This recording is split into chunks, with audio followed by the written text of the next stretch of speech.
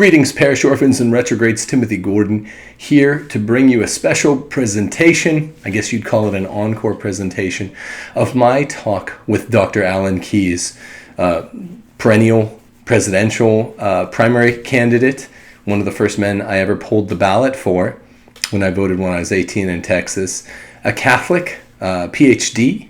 He knows Thomas. He knows political philosophy, he knows political science, he knows the Constitution very well, and he knows the natural law tradition. I had the honor, distinctly, of talking to him last July, almost to the day, 1 year before I did yesterday. And he invited me back on his show, and it was a great time. It was a great talk. Both of us enjoyed it. I think I'm going to go back on for a fourth chat with Dr. Keyes. And I want to bring it to you today. We're discussing what makes Black Lives Matter America being overrun by the Jacobins what it is. Why is it so dangerous? Why did the danger spring up at this time in history? It's always philosophy behind history. And we discuss what the philosophy behind the history of American-style Jacobinism is. So I hope you enjoy it. We're talking philosophy, as we always do when we get together. If we do a fourth show, I will bring that on my channel as well. I really appreciated Dr. Keyes' time, and I think you will as well. I hope you enjoy it. What follows is my conversation with Dr. Alan Keyes. Peace.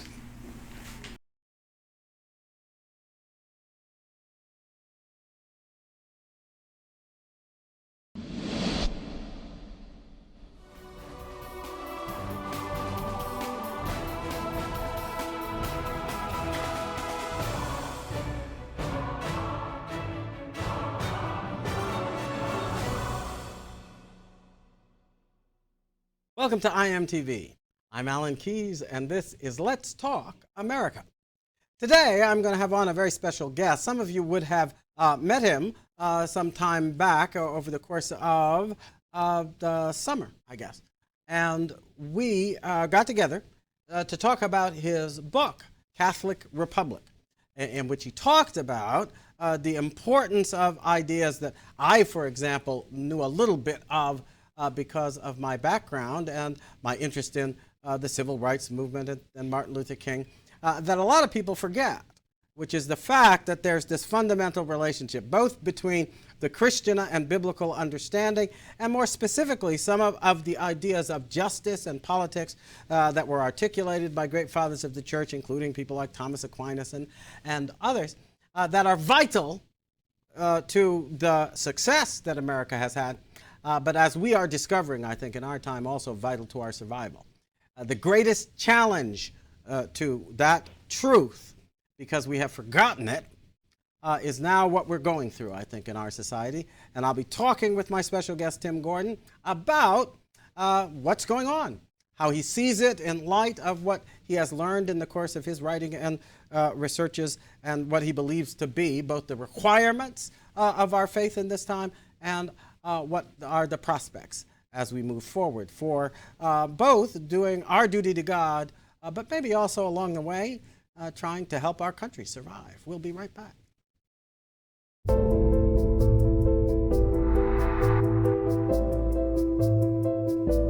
Hi, I'm Alan Keyes. I just want to let you know that on a recurring basis every Tuesday, we're going to have a guest, Mike Adams, the Health Ranger. He's going to be joining us to talk about the whole array of challenges, both in terms of our health as a people and as individuals, and our health as a nation. We'll be looking at those things through the eyes of someone who has thought deeply about many things and who has many great ideas to share with me and with you and with everyone who tunes in to Let's Talk America on Tuesdays, when we meet with the Health Ranger to talk about how we sustain the health of our liberty.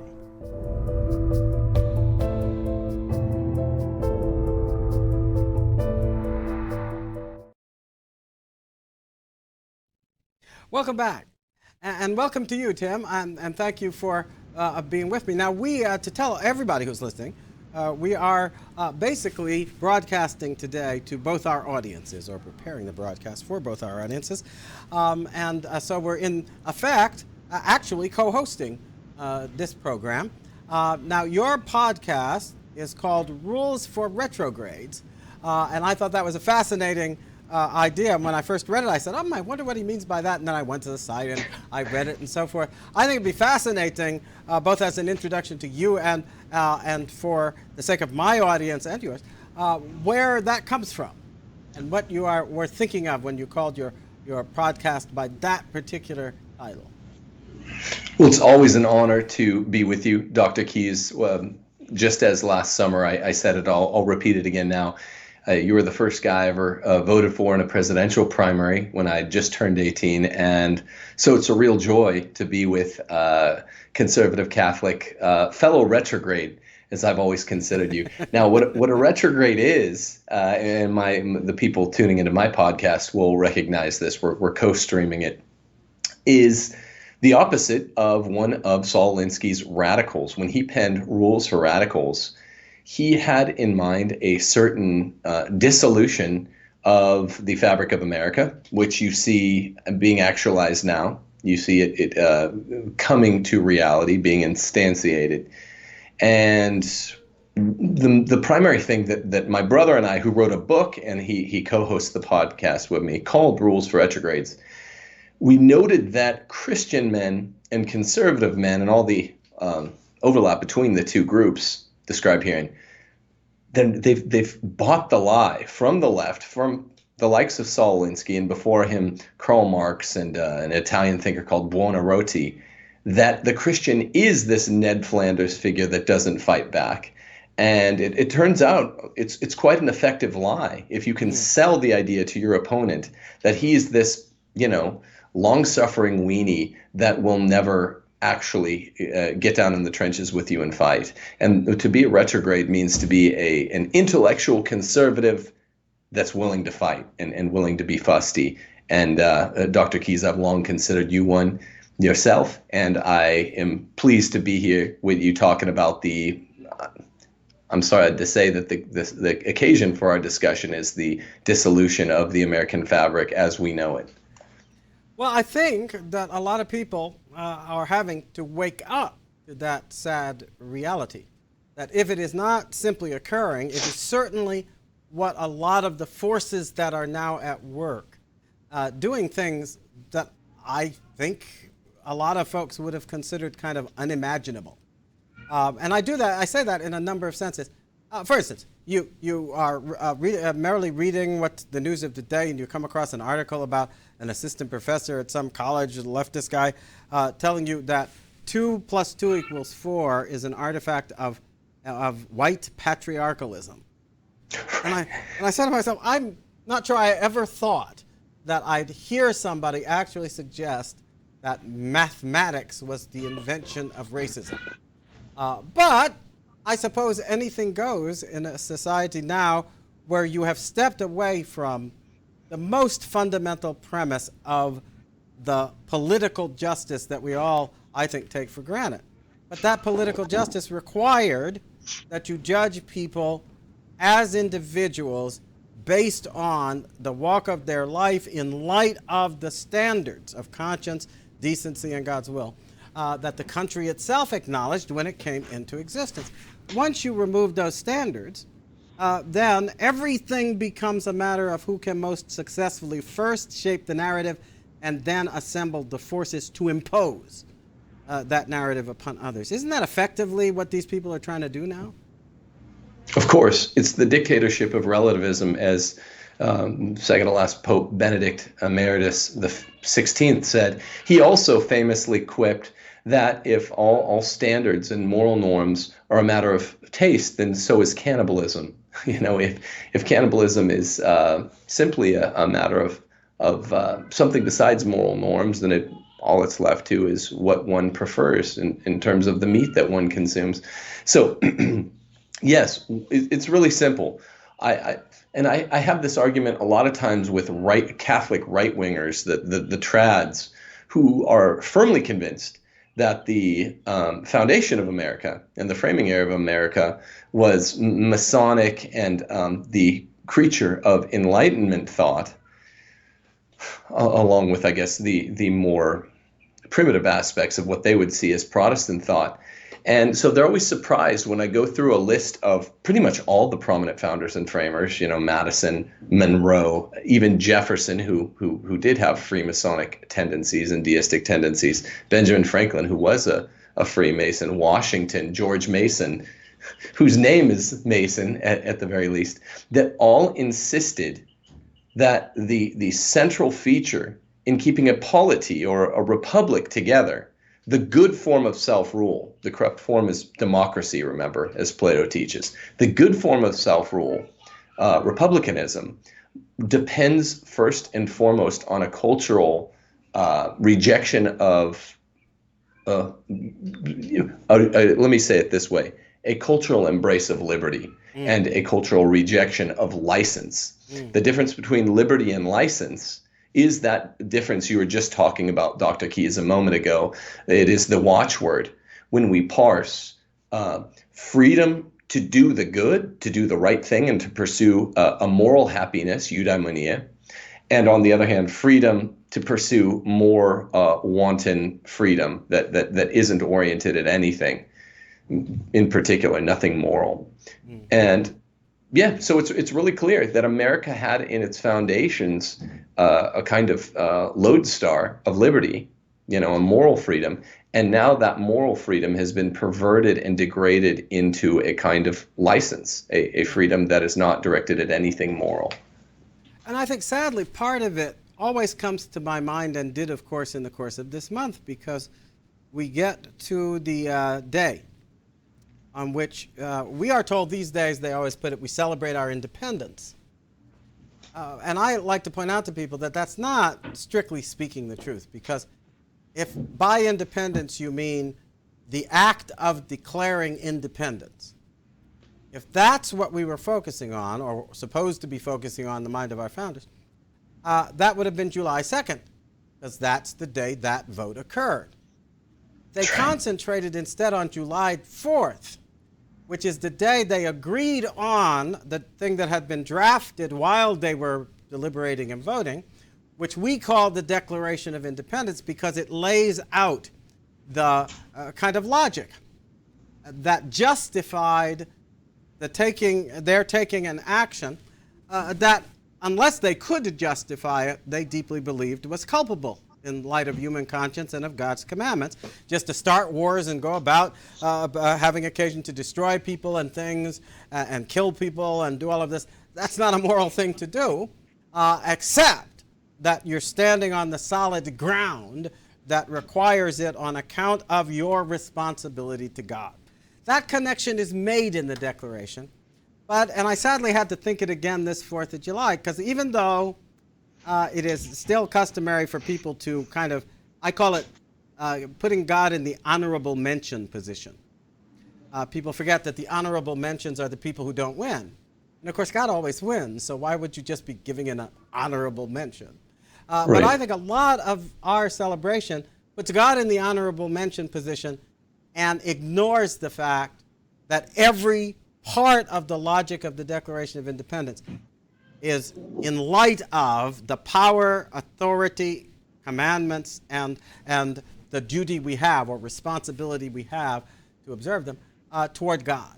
I think that's fundamental to our problem right now, for reasons that have never quite been totally clear to me. I can sort of outline things that have happened in consequence and so forth. Why do you think that with that obvious connection staring us in the face every single year, as the founders intended, they wanted us to go back and read that document, have our politicians talking about its meaning and significance, and therefore never backing away from the premise of God that is clear in it from the first paragraph? Why does it now take a back seat to, and even somebody like Donald Trump doesn't simply walk people through that logic anymore? It's a really interesting question. There are a few perspectives on it that are worth noting.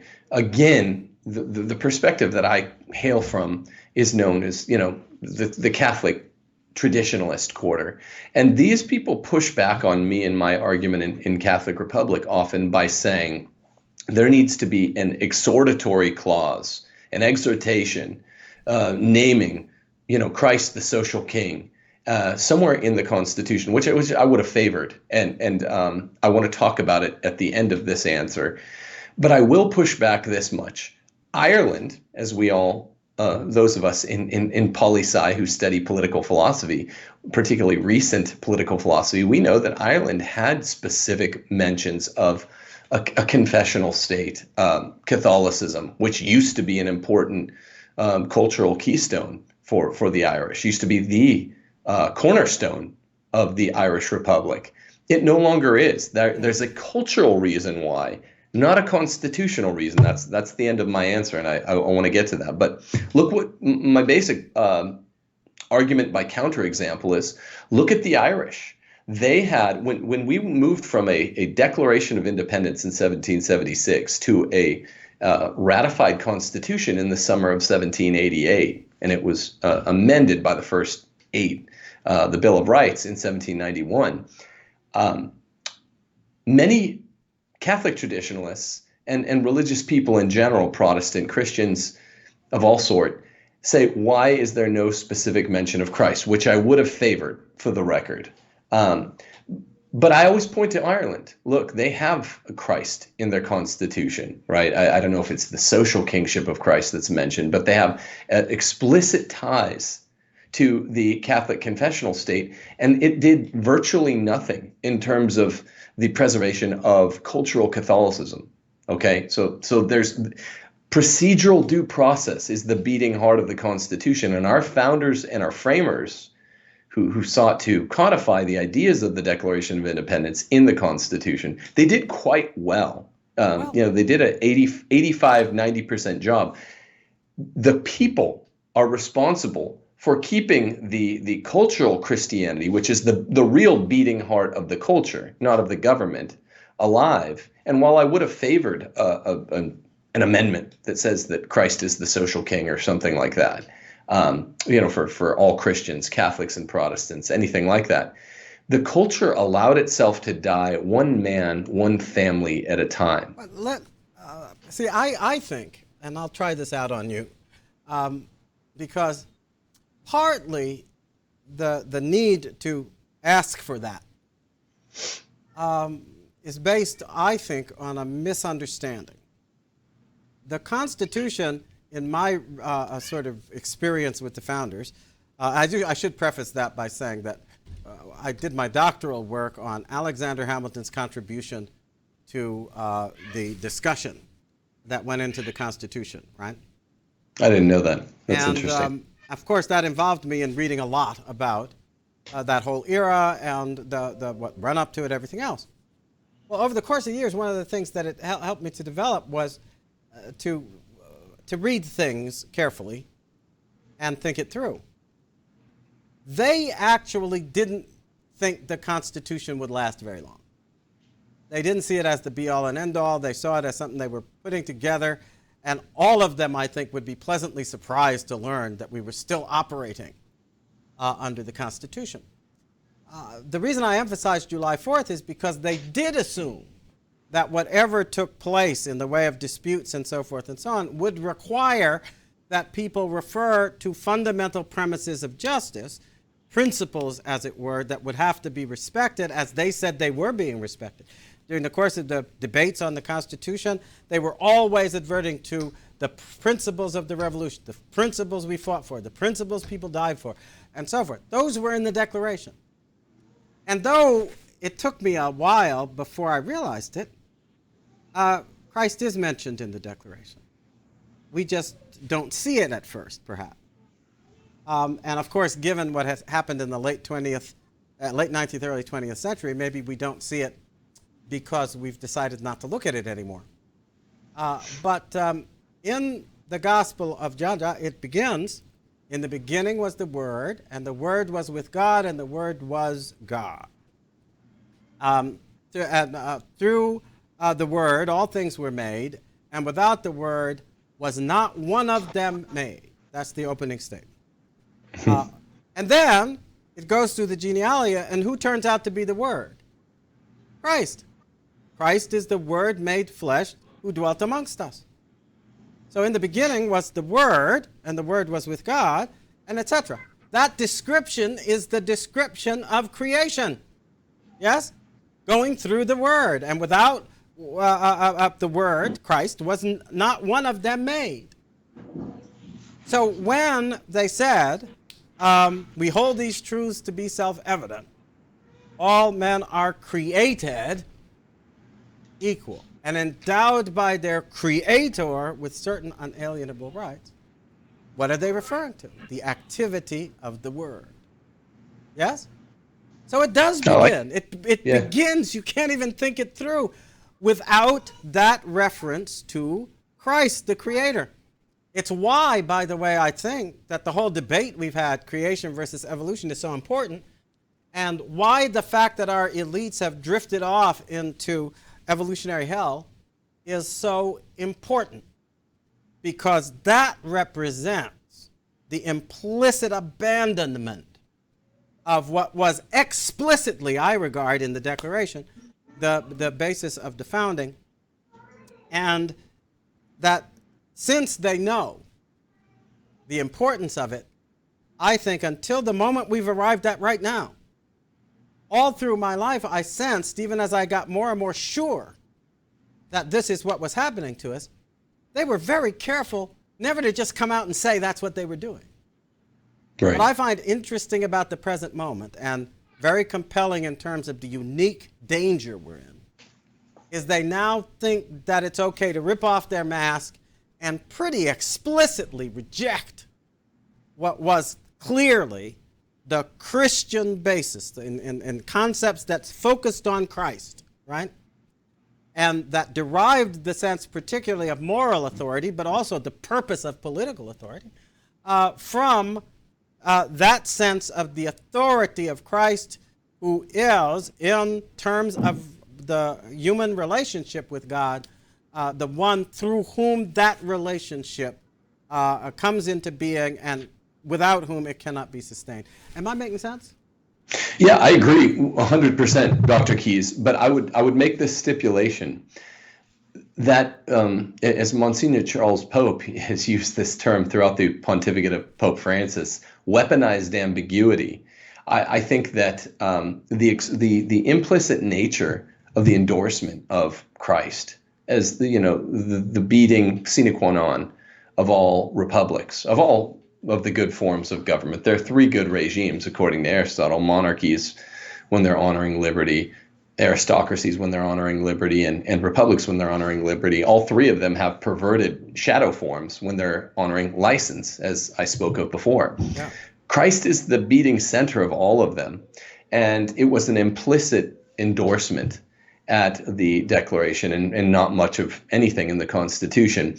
I offered a critique of my own quarter, where I come from, because in my last statement, because too often those people make the complaint that the mention of Christ was too implicit, not explicit enough, which I do agree with, but they do it as a means of proffering the argument that they will not be defending America on those grounds.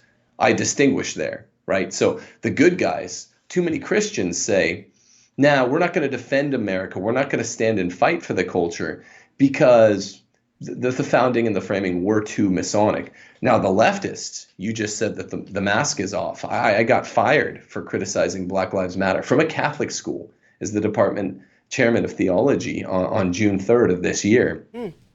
It's basically on that basis. But there are so many liberals and really radicals running quarters of the church, running Protestant denominations, running news and entertainment media, running the academy from the cradle to the grave, and running politics and econ.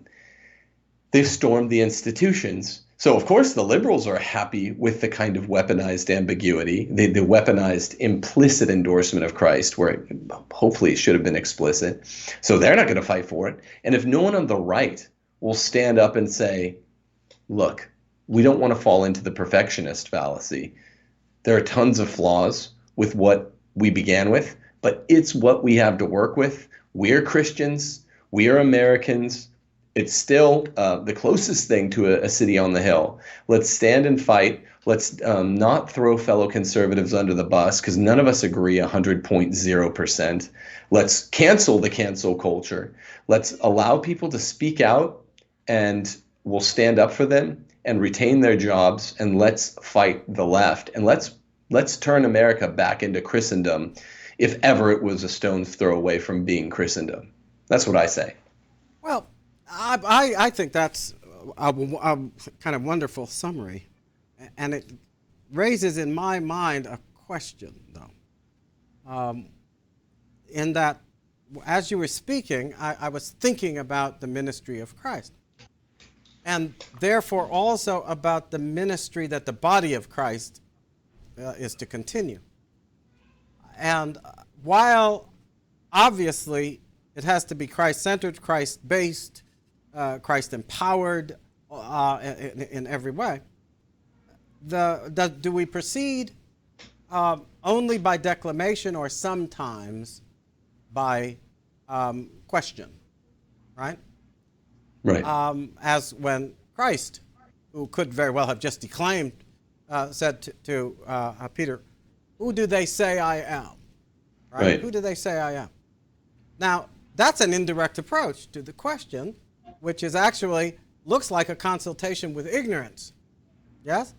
Because yes. Does it always matter what ignorant people say about really important things? But when you realize that maybe if we are in fact dealing with creation, what people perceive through their natural faculties of an ongoing event isn't altogether without the participation of God. And that was certainly true of Jesus Christ. Maybe that indirect approach isn't so indirect from the perspective of evangelization. I want to leave that question on the table. Ponder that for a second or two, because we have to take a little break here. Right after that, I'm going to try to go a little bit further into that, because I think that the simulation actually offers maybe a way of opening the door to what ought to be a path of hope right now in making head against all these lies. More IMTV episodes? We are now streaming through Roku. Roku is a device that enables you to stream entertainment to your TV through your internet provider. The starting price is only $29, and you can purchase one either online or through your local electronics retailer. It's easy to use, and you won't have to worry about missing any more IMTV episodes. IMTV, changing the world. Podcasts are great when you're a multitasking person. You can listen to them around the house, when you're out in the car, when you take a walk. Now we have put our shows on to podcasts, and you can listen to Let's Talk America on podcasts. You can find them at Spotify, Apple Podcasts, Anchor FM, and other apps. While you're there, subscribe to our channel so you don't miss out on our new episodes. Thanks for listening and supporting us. Together, we're changing the world. Welcome back. My guest today is Tim Gordon. His podcast is called Rules for Retrogrades. His book is The Catholic Republic. I've had him on the show to talk about that, and you can look for that discussion at all our programs, which are put up at brighteon.com. Tim, I was trying to sit here and think exactly. Do you remember exactly when our discussion took place, roundabout? It was July of last year. So it's a year ago. Yeah. That's whole year. It doesn't seem, isn't it interesting? It doesn't seem like that long. We start talking, and it's like I just talked to you yesterday. That's interesting. But you know, the funny thing is, I think it was almost a year to the date. I think it was today is the day after my wife's birthday. I think last year it was the day before, or maybe two before my wife's birthday. So very close to an anniversary mark for our discussions, Dr. Keys. Yeah. Well, because I think that the way this discussion has gone so far is intriguing to me, because without actually bringing it up yet, and I intended to do in the second half, we've gotten to something that I think is key to the challenge that people of faith are faced with right now. And what occurred to me as you were talking was a question, since that's why I raised the fact that Christ sometimes proceeds by asking questions, either about himself or about other things, including the famous question, who was neighbor to that man, right? Right. Now, asking a question actually invites people to express themselves. And in inviting people to express themselves, then offers you an opportunity to teach based on what you can make of that expression, because very often human beings who have a good will not yet fully informed will still be saying things that can be turned toward the truth, and you're inviting them to do it.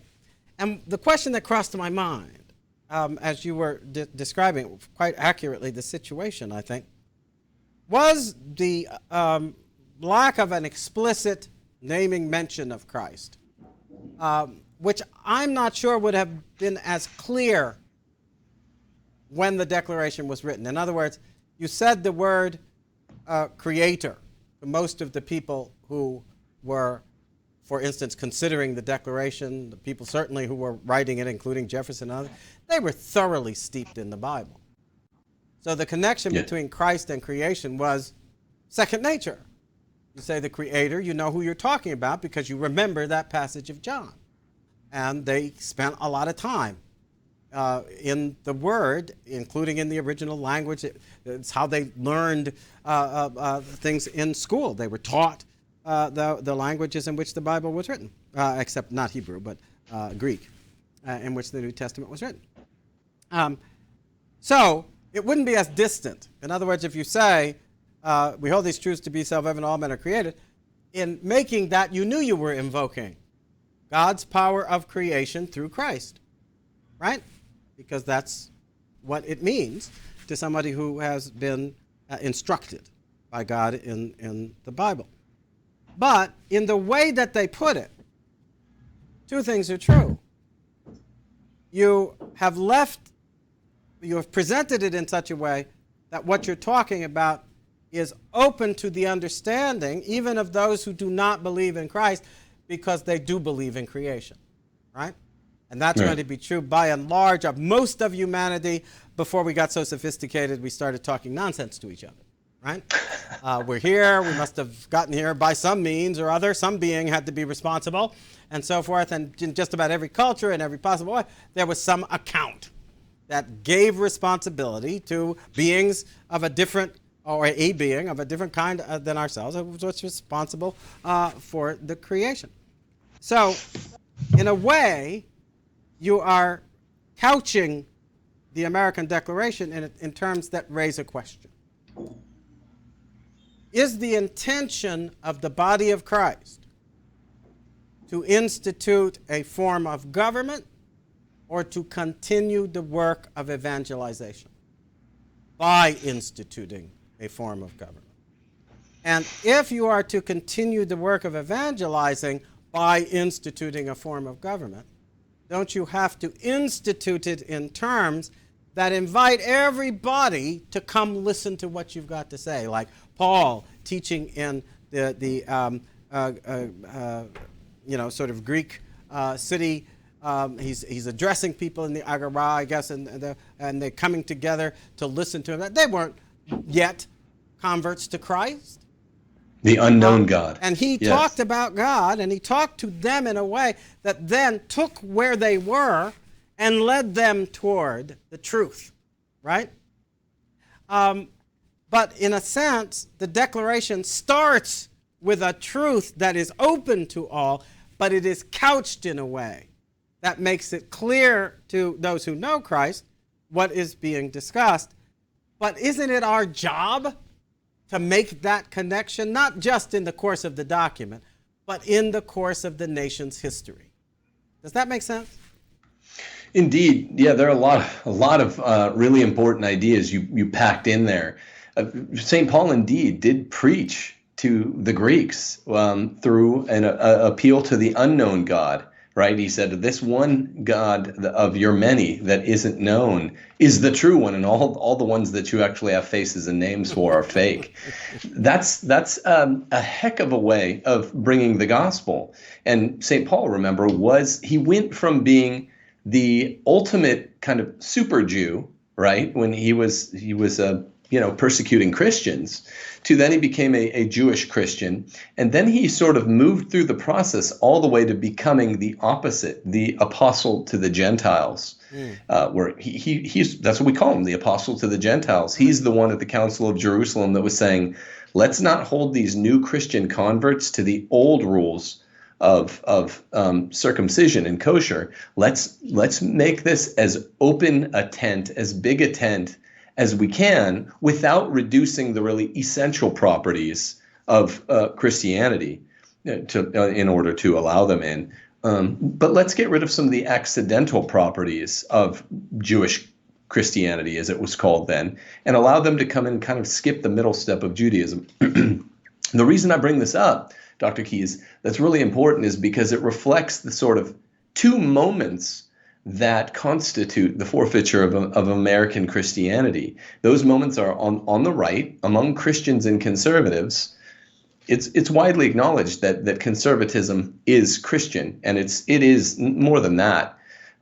Conservatism is the central principle of Western civilization because it's Christian.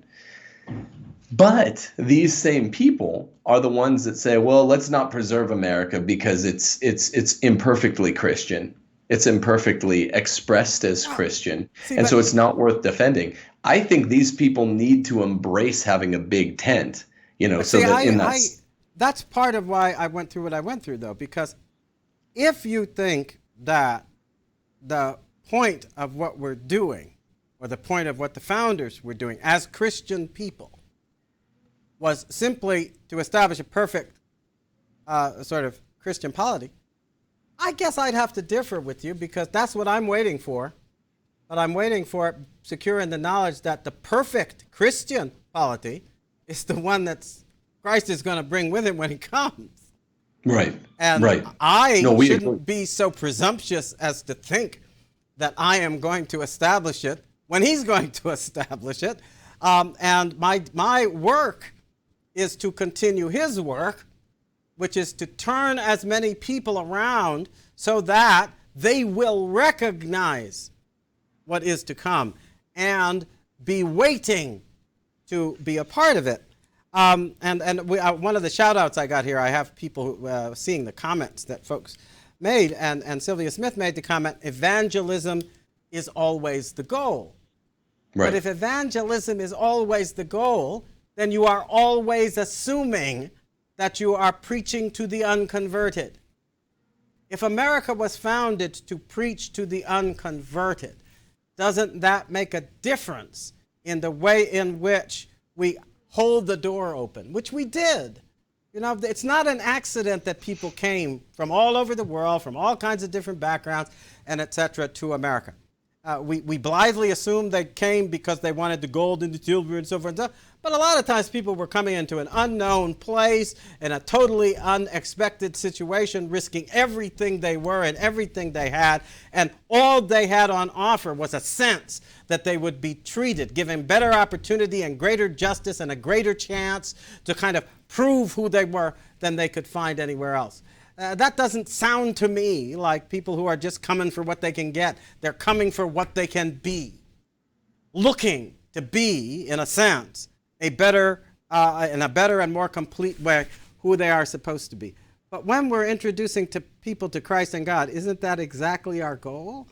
Because the perfect understanding of who you are as a human being, as an individual, as a creature of God, that only comes in that relationship through Christ with God. So if our goal is evangelism, then it's to keep the door open and to ourselves be hard at work in evangelizing, not in insisting that the product be finished, but working in order to turn the heart around so that the result is yearned for. Am I making sense? Yeah, this is precisely in the same direction as what I was saying. We don't want to fall into the perfectionist fallacy. Like, at the same time, we don't want the soft sort of left-leaning middle and leftists among the Christians, famous bishops that have, in the Catholic Church anyway, kind of whiffed on the opportunity to evangelize, to willing Jewish men or homosexual men. I have a particular couple of cases in mind. Their job is explicitly to evangelize. The job when you're setting up a secular polity, which is accepted in all forms of Christianity, especially Catholicism, contrary to some of the beliefs on the traditionalist right. Humanae Vitae from Vatican II expresses this really clearly. Bellarmine, before one of really the secret crypto-Catholics that was being read by the founders and framers of America, Robert Cardinal Bellarmine, he says it really clearly. There are two kinds of republics you can have. You can have a confessional state. That's probably best. But you can have a secular state that's founded in a way that's similar to America. He didn't say that much. I'm putting the pieces together. That's not as good, but it's good enough, right? It's good enough. And so all we want to do is we want to find the middle position between that perfectionist fallacy, avoiding it on the kind of hard, stodgy, curmudgeonly Catholic and Christian right. Avoid that. We should defend America's founding because it's good enough, and there are more references than meets the eye to Christ Jesus. But at the same time, to the soft middle and left-leaning Christians out there, they need to be working and striving, as do we all, to bring the gospel in the culture. The culture is what enlivens. That's what cultura is. It enlivens the polity. It is the life of the polity. The government is merely the set of strictures that delimit the culture, in hopefully really minimalist ways. That's what we believe. We're conservatives that help virtue thrive where it can, but in minimalist ways. The culture is the life. Yeah. I think that one of the things that has struck me, that's why I guess I always start out talking about the actual logic of the Declaration, is that there's a lot of confusion about rights and freedom. We even got to a point, under the encouragement, I think, sadly, of the people who want to destroy the country, who are basically materialists, who, when they have a shade of something else, they've borrowed it from Nietzsche and will to power and all. So you've got this choice between a kind of formless power and otherwise the information that is strictly materialistic, in such a way that you have banished God and the spiritual, while pretending that you're somehow taking account of both, but you're not. And it leaves us, though, in a position where we have to think through, even when we talk about Christ. Because at one level, the Christ we preach is not the Christ who is coming. Because the Christ we preach is the Christ who took on this form. And this form, as we all know, is a consequence of a change that took place on account of the substitution of human understanding for God's understanding in the relationship Eve had with the apple that we have through our understanding with the cosmos. And Christ didn't just simply suppress that. He took on this form. And he suffered in consequence of having taken on this form. And all of us who are still here, we are still in the form he suffered in. And though there is a spiritual reformation, we're not in that Job position yet where, at the end, when you stand before God, in the flesh you will see God. We're not there yet. We see God in the flesh in a very different way. Not in that renewed flesh, but in the flesh that was in some ways a reflection of that which Christ redeemed us from, and which spiritually we are redeemed from. But when we deal with evangelization, are we still working with people who haven't yet come to that position in the spirit where they are prepared to receive Christ? And therefore the kinship between their fallen form and his suffering in that fallen form, not something that we can neglect. We can't act as if perfection is in front of us, because we're not working with perfection. Christ worked with our imperfection, and yet he saved us, redeemed us for the sake of God. In some ways, wasn't our polity simply a reflection of that reality of the context for our evangelistic mission? I think this is there again several points that are each very worthy on their own, and I agree 100%, which I don't often say. The what's left for us this side of the eschaton is certainly not perfection. I mean, look into the streets of the average American large city now. It's anything but perfection. The people on the right, the Christians and conservatives, have to stop talking about perfect, not letting the perfect be the enemy of the good, as it's said. And what is left for us, this side of the eschaton, is fighting for what is good. We have to go back and find some of the great old stories. I really like the thoroughgoing theme of this in Lord of the Rings. We don't need perfect, right? Excellence does not require perfection. I think that's Henry James. I don't often quote from him, but we need to return to an excellent standard. And before that, we need to get back to fair and middling and then good.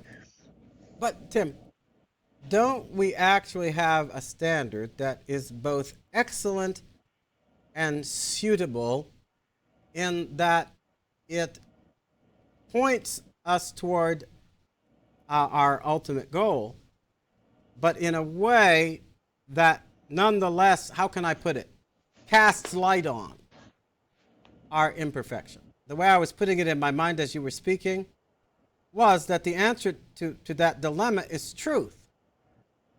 We hold on to the truth. Christ always held on to the truth.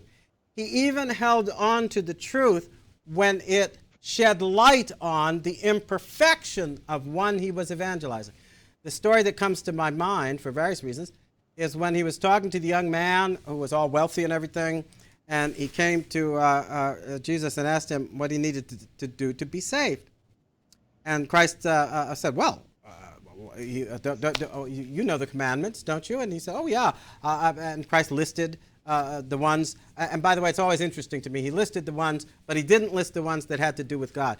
He listed the ones that had to do with relations with other people. Don't kill them, don't commit, and so forth. And the young man said, oh yeah, I've done that since I was a kid, basically. You know, I was raised up to do that since I was a kid. And Christ, in one of the Gospels, it makes clear that it tells us about Christ's response, and it says, and Jesus loved the young man, agape, right? Loved the young man. And that's, to me, fascinating, given what follows. It says that he loved the young man, so we're in the presence of Christ's love. And in the presence of Christ's love, he then asks the question, or makes a statement that says, oh, well then, I loved the young man, and he said, well then, give up all your goods, everything you have, and follow me. And he was crestfallen and turned away. That was his imperfection. Right. That was him having been shaped in a certain way according to the word, according to the law, according to the commandment, but not yet in the service of the love of God. And Christ didn't back away from the truth because he knew it was going to make him turn away. He had even started out with the question, why do you call me good? Because the young man had introduced him by saying, good rabbi. And he said, why do you call me good? And it seems like an incongruous question coming from Christ, because at one level the answer must be obvious. We called you good because you are God. God being the principle of all good, he called you good because that's who you are. You're the good. So he knew the answer. Christ knew the answer. Right. But he raised it because that was the question that the young man has to answer. Do you recognize me? Do you know me? And it always brings to my mind the fact that sometimes when Christ just passed by and he didn't even say a word, folks who were in the spirit belonging to him felt that and followed him. He didn't even have to say a word to them. This young man wasn't quite there. It doesn't mean he isn't going to get there. The reason I go through all of that, doesn't it sort of suggest, as the founders did, see, because we forget, what I was talking about comes in the context of raising truth as the standard of justice, right, and government affairs. Don't let go of the truth. What are we doing in our time? People are coming forward and saying, you wake up this morning, feel like a woman, you're a woman. Wake up this morning, feel like a man. You're whatever you want to be. You're whatever you say you are. It's all disrespectful of the one standard we had left that we all said we agreed on of truth, and that is tangible observation of the facts. And now they're saying that doesn't matter. Isn't it that surrender of truth that is now making us useless because we don't have the guts anymore? Not to say bad stuff about people or want to put them on the spot, but if the truth puts you on the spot, we'll say it anyway. Christ did. How come we don't anymore?